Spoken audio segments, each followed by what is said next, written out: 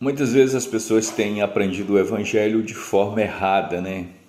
E as pessoas vêm para Cristo pensando que elas têm que ganhar alguma coisa, né? Claro que o ganho é a vida eterna, mas, por exemplo, se você olhar para o Antigo Testamento, você vai ver que muitos homens perderam algo tão importante. E por que eu digo isso? Porque a própria Bíblia diz que tudo o que está escrito é para o nosso exemplo.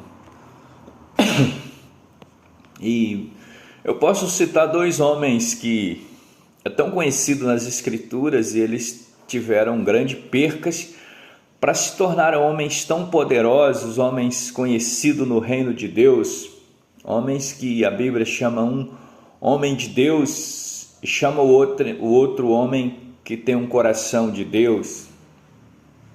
E se fala sobre Davi e Moisés. Por exemplo, se você olhar, Moisés foi criado pela filha do rei, e a Bíblia diz que quando ele se tornou adulto, ele não quis ter as honras que ele teria que ter por causa do reino de Deus. Então, só para você ver, hoje seria semelhante você estar diante da nação mais poderosa, né, que hoje seria os Estados Unidos. Você seria neto do fanfarrão do Trump, né?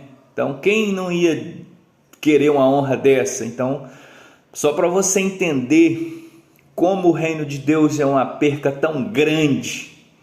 Só que as pessoas não entendem, elas acham que vir para Cristo que você vai ganhar o mundo inteiro, e as coisas não são assim. Às vezes são percas que era aquilo que o cara fala, não, essa é a chance da minha vida.